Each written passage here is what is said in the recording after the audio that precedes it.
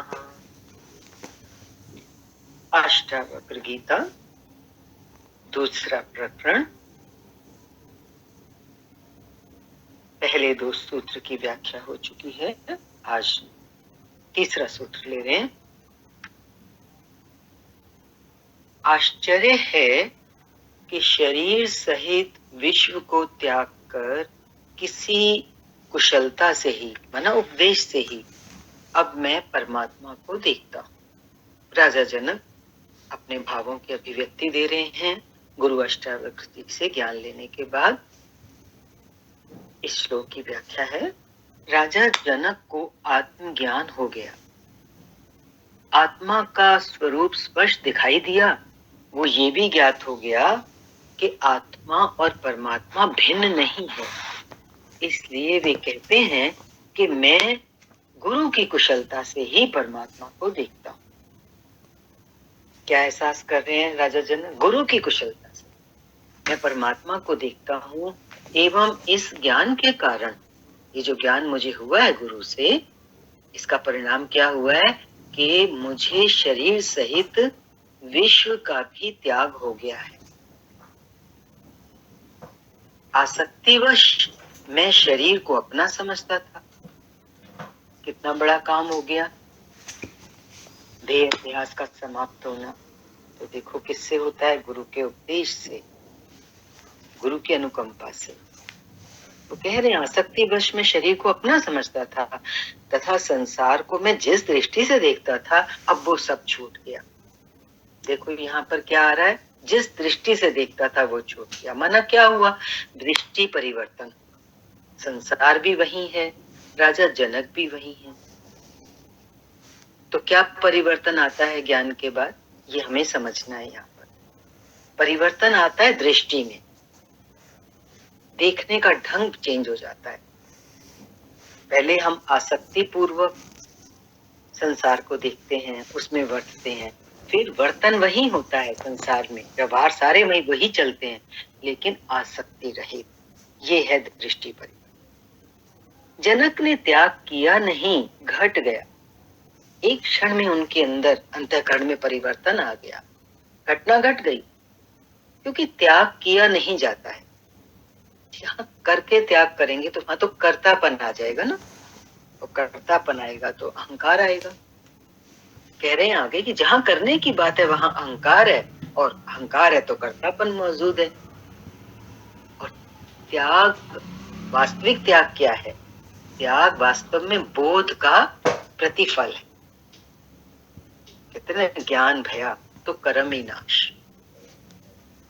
कर्म करते हैं, कोई फल होता है तो फिर उसका त्याग करते हैं, बन के करते हैं। लेकिन यहाँ पर त्याग कैसे हो रहा है? बोध के परिणाम से स्वतः हो गया, करना नहीं पड़ा। कौन सा बोध? सत्य एवं शाश्वत का बोध, उस परमेश्वर, उस एक परम शक्ति का एहसास, उसका ज्ञान होने पर जो झूठ है, जो मिथ्या है, असत्य है, अनित्य है, वो छूट जाता है। छोड़ने का प्रयास नहीं करना पड़ता। कुछ धर्म कहते हैं यहाँ त्याग करो, संसार में त्याग करो और वहां स्वर्ग में मिलेगा, त्याग का फल तुम्हें वहां जाके मिलेगा। कुछ कहते हैं, कुछ धर्मानुकरण लोगों का कहना है कि सब कुछ त्याग दो, सब छोड़ दो, नग्न हो जाओ, तभी तुम्हें मोक्ष मिलेगा। किंतु त्याग करके मोक्ष पाना, ये त्याग जो है, ये मोक्ष पाने की कोई शर्त नहीं है। ये सौदेबाज जो लोग हैं, वो मोक्ष को भी सौदे की तराजू पर तोलते हैं कि कुछ त्यागो तो तुम्हें मोक्ष मिलेगा। ये सौदा हो गया ना। त्याग का अर्थ किसी वस्तु को छोड़ना नहीं है। देखो कितना स्पष्ट कर रहे हैं, हमें बहुत अच्छे से समझना है, क्योंकि बहुत गफलत में रहता है मन, भ्रम में रहता है कि त्याग माना कुछ छोड़ना है क्या।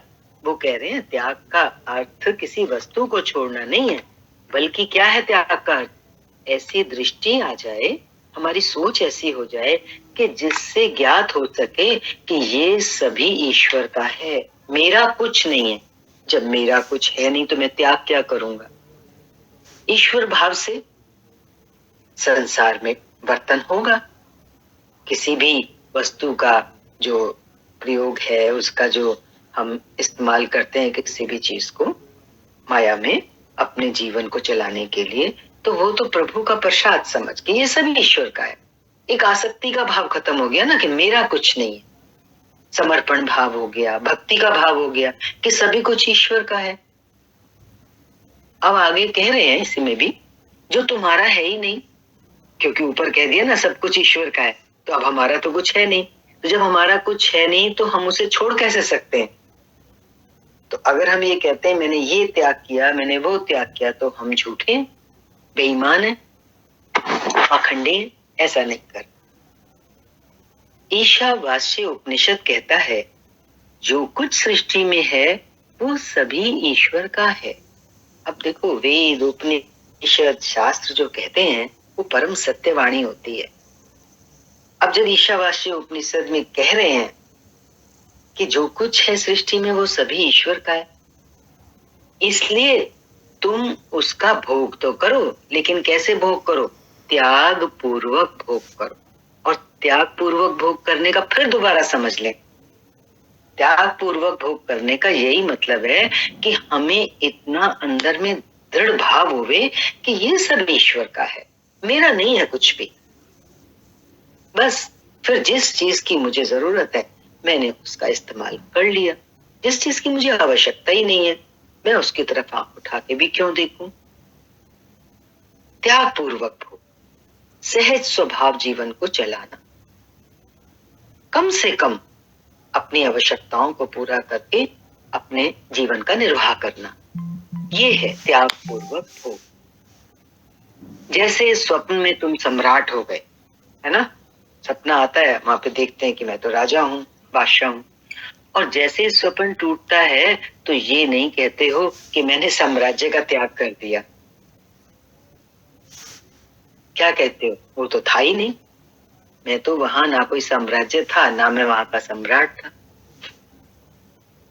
ये थोड़ी कहते हो कि मैंने त्याग किया, तुम्हें यही लगता है ना वो सब तो था ही नहीं।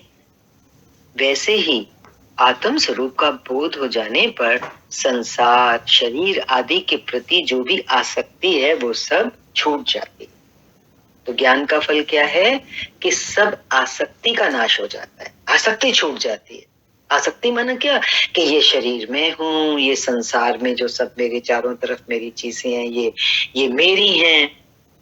तो वो जो मेरापन है, मैं और मेरापन, वो खत्म हो जाता, आसक्ति टूट जाती और त्याग करना नहीं पड़ता। बोध का क्या सुंदर सा फल दिखाई दे रहा है कि हम उपयोग भी करते हैं आवश्यक चीजों का, लेकिन आसक्ति रहित होकर करते हैं, तो वो त्याग के बराबर ही तो है। फिर त्याग करने की कहां से जरूरत आ सकती है? कोई जरूरत नहीं है त्याग करने की कि हम किसी चीज को छोड़ें। बड़ा सूक्ष्म सी परिभाषा है ये त्याग करने की, इसको जरूर समझें हम, ताकि हम किसी भ्रम में न रहें। आगे कह रहे हैं कि इससे पहले जब तक ये स्थिति नहीं आ जाए, इससे पूर्व किए गए त्याग का महत्व नहीं है। इससे पूर्व किए गए त्याग का क्या मतलब है? बन के त्याग करना, कर्तापन से त्याग करना कि मैंने ये त्याग किया। वो त्याग नहीं है, उसका कोई महत्व नहीं। जनक आगे कहते हैं ये सब हुआ कैसे? उनके जीवन में तो घट गया ना। तो क्या कहते हैं वो? अपनी भावना रख रहे हैं, अपने को अभिव्यक्त कर रहे हैं गुरु के सामने। वो कह रहे हैं ये सब ज्ञान, ये जो मेरी स्थिति अंदर की चेंज हुई, ये बड़ी कुशलता से हुआ।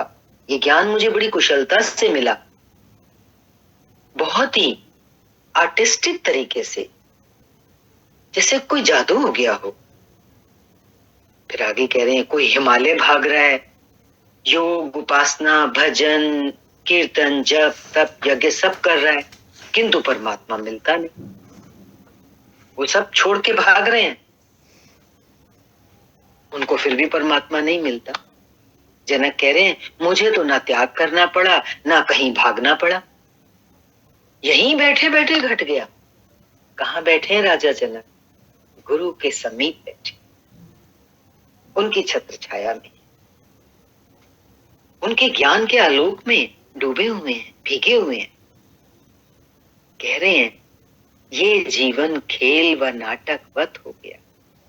अब उनको अपना जीवन क्या लग रहा है? एक नाटक, एक दृश्य। इसलिए जैसे हम कहीं जाते हैं नाटक देखने के लिए तो उसका आनंद लेते हैं ना, कोई गंभीरता नहीं होती है, मतलब सीरियसली थोड़ा लेते हैं, हमें पता है ये नाटक हो रहा है, थोड़ी देर का है। इसलिए जनक भी आगे कह रहे हैं कि ये जीवन खेल और नाटक वत हो गया तो गंभीरता जो थी वो सब समाप्त हो। होता है ना, जो बहुत गंभीर हो जाते हैं परमात्मा के रास्ते को पाने के लिए अब चलते हैं तो उनके चेहरे पर जैसे बहुत ही कोई खुशी नहीं होती, उनको लगता है बहुत बड़ा काम करना है, क्योंकि वो उसको पकड़ के कर रहे हैं, आसक्ति के सहित कर रहे हैं। कहते हैं ना मोक्ष की भी आसक्ति नहीं होगी, वो भी इच्छा नहीं होगी। तो यहाँ पे जो गुरु की कुशलता से, गुरु के उपदेश से जो घटना घटी है राजा जनक के जीवन में, उससे क्या स्पष्ट हो रहा है, क्या चीज समझ में आ रही कि बैठे बैठे गुरु की कृपा से जो इतना बड़ा काम हुआ शिष्य के जीवन में, तो उनको एक ही पल में ये जीवन कैसे लगने लगा? ये तो एक नाटक है, मुझे गंभीर होने की क्या जरूरत है? मैं इस खेल रूपी जीवन का सुख लूं, आनंद लूं, शांति में जीऊं। शांति आ जाती है इंसान को जब सच्चे मायनों में ज्ञान होता है, परम शांति। और वो कह रहे हैं कि ये सब जो हुआ, जो घटा मेरे जीवन में, ये बड़ी कुशलता से घटा, बड़ी चतुराई से हो गया है। चतुराई का क्या मतलब है? कुछ करना भी नहीं पड़ा और इतना बड़ा काम हो गया। ये गुरु की चतुराई है ना, गुरु की महिमा है। अगला सूत्र ले रहे हैं इसी क्रम में। जैसे जल से तरंग, फेन झाग सा हो जाता है ना पानी के ऊपर, बुदबुदे बुलबुले हो जाते हैं, भिन्न नहीं है, क्योंकि जल से ही लहर बनी, उसी में ही वो फेन उठा, उसी जल से बुदबुदे बन जाते हैं। जैसे वो अलग अलग नहीं है, जल ही है, वैसे ही ये विश्व, पूरा विश्व आत्मा से भिन्न नहीं है, आत्मा का परिवर्तित रूप है। जैसे जल का परिवर्तित रूप तरंग, फेन, बुदबुदा है, वो तीनों रूप अलग अलग जल से अलग नहीं है। इसी तरह से इस विश्व में जो अलग अलग हम नाम रूप देखते हैं, इतने पदार्थ देखते हैं, वो कह रहे हैं वो आत्मा से भिन्न नहीं है, ये सब आत्मा का ही परिवर्तित रूप है। वो कह रहे हैं ये सब आत्मा से ही निकला हुआ है, बीज आत्मा है, बाकी सब ये फैलाव है, उसका विस्तार है आत्मा का, ये विश्व। व्याख्या देख रहे हैं। राजा जनक को स्वयं की आत्मा का तो बोध हो गया, किंतु साथ ही ये भी बोध हो गया कि ये समस्त आत्माएं भी भिन्न भिन्न नहीं है। समस्त आत्माएं, चराचर प्राणियों में उनको एक ही आत्मा के दर्शन हुए, एवं इसके साथ साथ ये समस्त विश्व भी, पूरा जगत जो उनको दिखाई दे रहा है जड़ चेतन से बना हुआ, वो कह रहे हैं ये भी आत्मा से भिन्न नहीं है, बल्कि आत्मा ही से निकला। तो कहने का क्या तात्पर्य है? एक आत्मा सत्य है, क्योंकि वो अधिष्ठान है, क्योंकि वो मूल है, बीज है चराचर सृष्टि का, जड़ चेतन सृष्टि, क्योंकि उसी आत्मा का ये सब फैलाव मात्र है, उसी की अभिव्यक्ति है, उसका एक्सप्रेशन है, उसका प्रकटीकरण है। ये उसी आत्मा का, ये जो संसार है, विश्व है पूरा, ये उसी का रूप है। आत्मा अरूप है और जगत रूप के सहित है, नाम रूप है ना हर चीज का। वे इसे उदाहरण देकर समझाते हैं कि जिस प्रकार जल से तरंग, फेन और बुदबुदे भिन्न नहीं है, उसी प्रकार आत्मा से विश्व भिन्न नहीं है। भिन्न मानने का अर्थ है, भिन्न मानने का अर्थ ही है कि उन्हें भी आत्मा का ज्ञान हुआ नहीं। देखो, जब तक हमें संसार में जो कुछ दिख रहा है वो कुछ अलग दिख रहा है, आत्मा से अलग दिख रहा है, तो समझे हम कि हमें अभी आत्मा आत्मा का ज्ञान नहीं हुआ और हम अभी मन के पार नहीं गए, क्योंकि जो कुछ भी दिखता है वो कैसे दिखता है? जो हमारा मन हमें दिखाता है। मन की आंखों से देखते हैं ना, ज्ञान की आंखों से देखेंगे तो भिन्न भिन्न नहीं दिखेगा। अगर भिन्न भिन्न दिख रहा है तो इसका मतलब अभी आत्म ज्ञान नहीं हुआ। मन के स्तर तक ही भिन्नता का अनुभव होता है। बता रहे ना, जब तक मन है तभी तक भिन्नता दिखाई देगी, और जहां मन के परे गए तो सब भिन्नताएं समाप्त हो जाती हैं और एकत्व का बोध हो जाता है। एकत्व मीन्स उस एक का जो अस्तित्व है, जो हर भिन्नता का आधार है। आगे सब भिन्नताएं समाप्त होकर एकत्व का बोध हो जाता है। ध्यानी जब मानसिक स्तर की उच्चतम स्थिति में होता है, ध्यान करते करते करते करते जब इतनी ऊंचाई तक पहुंच जाता है अपने मानसिक स्तर की, कि तब उसका मन तो रहता नहीं। वहां जाकर उसे आत्मा की थोड़ी सी झलक मिल जाती है। मानसिक स्तर की उच्चतम स्थिति क्या है? देखो, पूरी तरह अभी नहीं हुआ है आत्मज्ञान, लेकिन थोड़ी सी झलक मिलती है। पूर्ण आत्मज्ञान की स्थिति में नहीं पहुंचने से, क्योंकि अभी पूरा नहीं हुआ है एहसास, उसे भिन्न भिन्न आत्माएं ही प्रतीत होती। आंख खोलता है, उठता है तो उसे क्या दिखता है? सब अलग अलग। लेकिन आत्मा, जब ध्यानी आत्मा में भ्रमण कर रहा होता है, मानसिक स्तर की थोड़ी ऊंचाई पर पहुंचता है, तो उसे हल्की सी झलक मिलती है, हल्की सी झलक। वहां से उसका जो आंतरिक अनुभव है वो शुरू हो जाता है। उसको लगने लगता है कि कुछ है इस जड़ जगत से अलग, उससे ऊपर, जो इसका आधार है, जो इसका बीज है। जब तक वो उस हल्की स्थिति में है जहां उसको झलक मिल रही है, तो वो कह रहे हैं ये ज्ञान की अपूर्ण स्थिति है, कि ज्ञान अभी हुआ नहीं है। ज्ञानी को यदि सब में एक ही परमात्मा ना दिखाई दे तो समझ लो कि अभी ज्ञान हुआ ही नहीं। ये पहचान, इसका मतलब क्या है? सभी में एक परमात्मा नहीं दिखाई दे रहा है तो अभी चलना है, रास्ता बाकी है। चलते चलो, चलते चलो। मंजिल जब मिलेगी तो उसकी पहचान क्या होगी? कि सभी में एक परमात्मा दिखाई दे, उस एक के अलावा दूसरा नहीं दिखाई, भिन्नताएं समाप्त हो जाए। जैसे तरंग, फेन, बुदबुदा जल ही तो है, इसी प्रकार पूरी सृष्टि पर जब दृष्टि डालता है तो क्या देखता है? उस एक परमात्मा का अस्तित्व ही उसे नजर आता है, जब वो पूर्ण ज्ञान में स्थिति हो जाती है साधक की। और जब तक ऐसा नहीं है तो समझो अभी अज्ञान शेष है। अभी तो वैज्ञानिक भी कहते हैं, यही कहते हैं कि सारा अस्तित्व एक ही ऊर्जा से बना है। एनर्जी और मैटर, दो चीजों की बात करते हैं ना वैज्ञानिक लोग, तो कहते हैं कि सारा अस्तित्व एक ही एनर्जी से बना हुआ है, और वो ऊर्जा विद्युत है, उसको वो विद्युत बोलते हैं। और ये सभी पदार्थ उस ऊर्जा का रूपांतर। जितने भी पदार्थ हम देख रहे हैं चराचर सृष्टि में, वो ये कहते हैं कि ये सब उस विद्युत से ही बने, उसका रूपांतरण है, ठोस रूप है उसका, ये पदार्थ जो उस विद्युत का। ऐसी स्थिति में आत्माओं को भिन्न भिन्न मानना एवं ये कहना कि आत्माएं अनंत हैं, आत्मा और सृष्टि भिन्न है, आदि तथ्य अज्ञान जनित ही है। जब एक ही तत्व से बना है सारा जगत, सारे पदार्थ उसी से बने हैं, तो फिर आत्माओं को भी भिन्न भिन्न मानना क्या है? ये अज्ञान जनित है।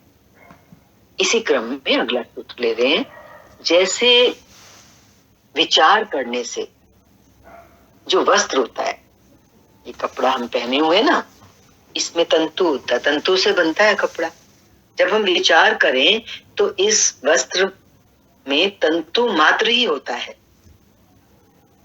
अलग अलग हल्का हल्का रेशा देखो तो है तो तंतु से बना है ये वस्त्र।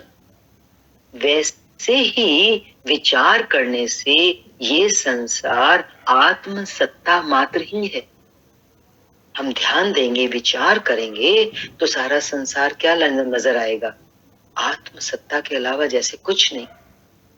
जैसे वस्त्र जो है वो तंतु के अलावा कुछ नहीं है। देखने में वो पूरा जब बन जाता है तो हम उसको वस्त्र कह देते हैं, लेकिन है क्या? जड़ में, मूल में क्या है तो तंतु ना। ऐसे ही इस सारे संसार को जब हम देख रहे हैं तो मूल में क्या है? तंतु की तरह से, सूक्ष्म रूप से आत्मा की सत्ता। व्याख्या देखते हैं। राजा जनक अपने आत्मबोध की स्थिति में आत्मा एवं विश्व की एकता का अनुभव कर रहे हैं। अब उन्हें भिन्नता नजर नहीं आ रही है। इसे वे एक और उदाहरण द्वारा स्पष्ट करते। वो क्या कह रहे हैं कि वस्त्र दिखाई देता है ना?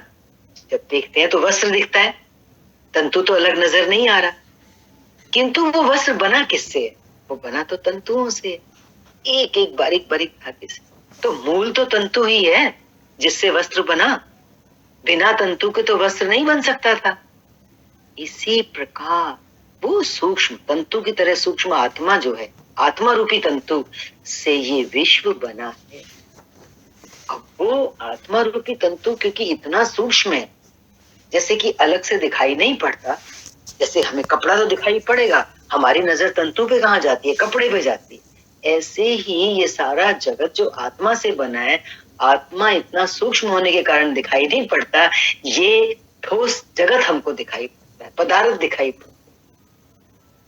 और फिर जब ये बात है, इस उदाहरण से अगर हम समझने की कोशिश करें तो ये विश्व इस आत्मा से भिन्न कैसे हो सकता है? जैसे वस्त्र तंतु से भिन्न नहीं हो सकता, वैसे ये विश्व भी आत्मा से भिन्न नहीं हो सकता। क्योंकि वैज्ञानिक भी कह रहे हैं कि सब उस विद्युत से ही बना है।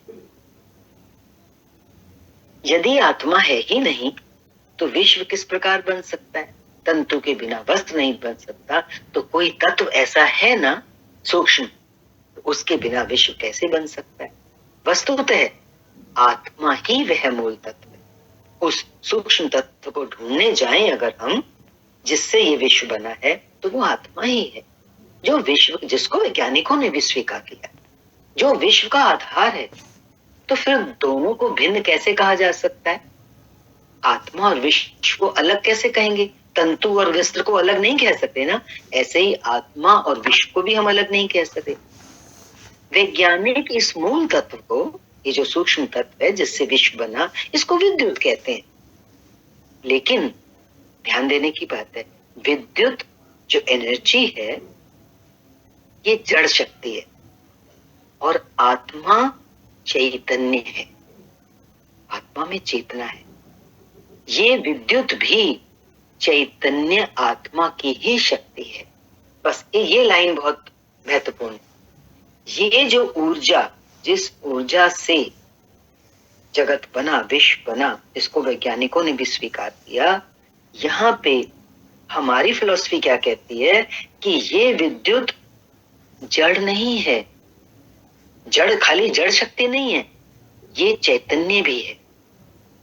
ये विद्युत भी चैतन्य आत्मा की ही शक्ति है। ये जो ऊर्जा है, ये आत्मा का जो एक विशेषता है, जो गुण है कि वो चैतन्य है। तो ये शक्ति कहां से आई? ये उस चैतन्य आत्मा से ही आई। मूल तत्व पे पहुंचो। अब पहले शक्ति की बात हो रही थी, विद्युत की बात हो रही थी कि उससे बना है विश्व। फिर ये स्पष्ट हुआ कि ये तो जो शक्ति जो है, विद्युत जो की जिसकी हम बात कर रहे हैं, ये तो जड़ है। पर ये विद्युत भी चैतन्य आत्मा की ही शक्ति है। अब इस विद्युत को भी समझ लो। ये विद्युत, ये जो ऊर्जा है जिससे जगत बना, ये कहां से आया? ये चैतन्य आत्मा की ही शक्ति है, ये अलग नहीं है उससे। बहुत महत्वपूर्ण समझ है यहाँ पर। इसको हमेशा हमेशा के लिए अपने अंदर बैठाना है। शक्ति और चैतन्यता दो चीजें। मूल तत्व विद्युत नहीं, चैतन्य आत्मा है। मूल पे आ जाओ। अब पहले शक्ति की बात हो रही थी, लेकिन बाद में बोला कि ये शक्ति जो है ना, ये जो विद्युत है, ये चैतन्य आत्मा की ही है। इसलिए मूल तत्व क्या हो गया? शक्ति नहीं, विद्युत नहीं, चैतन्य आत्मा है, क्योंकि वहां उसी की है ये शक्ति। चैतन्य आत्मा की ही ये विद्युत है। ये शक्ति की जो बात चल रही है, मैं बार बार इसको रिपीट करने की कोशिश कर रहे हैं, क्योंकि हमें उस चैतन्य आत्मा को पकड़ना है जिससे ये शक्ति आई है, और उस शक्ति से सृजना हुई है संसार की, विश्व की। मूल तत्व विद्युत नहीं, चैतन्य आत्मा है, एवं उसी का सारा फैलाव है। चैतन्य आत्मा का ही सारा फैलाव है ये जो सृष्टि है, लेकिन किसके माध्यम से? शक्ति के माध्यम से। वो चैतन्य आत्मा शक्ति रूप में, जो शक्ति उस चैतन्य आत्मा की है, शक्ति के माध्यम से ये सारा फैलाव करती है चराचर जगत। जड़ विद्युत से जड़ पदार्थों का निर्माण तो संभव है, जड़ से जड़ तो बन जाएगा। विद्युत तो जड़ है, शक्ति जड़ है, उससे जड़ पदार्थ तो बन जाएंगे, किंतु इससे चैतन्य उत्पन्न होने की संभावना नहीं। जहां जहां भी हम चेतना देखते हैं वो किसकी होगी? वो तो चैतन्य आत्मा की ही होगी। और ये तो हम सबका ही अनुभव है, हम साक्षात देख रहे हैं। चैतन्य तो हम देख रहे हैं ना, चलता फिरता, बढ़ता, पैदा होता, ये सब किसका लक्षण है? चेतना है तो हो रहा है। यदि खाली शक्ति होती, विद्युत ही होता खाली, तो सारा जगत कैसा होता? जड़ जगत होता, केवल जड़ पदार्थ होते सब तरफ विश्व में। लेकिन हम क्या देख रहे हैं? जड़ और चेतन दोनों देख रहे हैं। तो इस रहस्य को जो आज इस सूत्र में खुल रहा है, वो हमें समझना है। क्या समझना है? कि मूल तत्व, अब मूल तत्व पे ले जा रहे हैं इस सूत्र में, कि मूल तत्व विद्युत नहीं, चैतन्य आत्मा। कहां पहुंचा दिया देखो। शक्ति एक नीचे की सतह पर आ गई चीज, उससे भी ऊपर चैतन्य आत्मा। चैतन्य आत्मा से जैसे शक्ति का शक्ति उतरी, और फिर उस शक्ति ने, कहते हैं ना, शिव, शिव और शिवा, शिव और शक्ति। शिव वो परम धाम है, वो परम मूल तत्व है, चैतन्य आत्मा है, जिससे वो शिवा, वो शक्ति एक कार्य रूप लेकर के इस जगत का निर्माण करती। तो यहां पर यही समझने के लिए हम थोड़ा रुके हैं कि मूल तत्व विद्युत नहीं, चैतन्य आत्मा है, क्योंकि विद्युत वो जो शक्ति है वो उस चैतन्य आत्मा की ही है, और उसी का सारा फैलाव है। जड़ विद्युत से जड़ पदार्थों का निर्माण तो संभव है, किंतु इससे चैतन्य उत्पन्न होने की संभावना नहीं है। यहाँ ये सूत्र समाप्त हुआ है। आज के लिए इतना ही। हरिओम। शांति शांति शांति।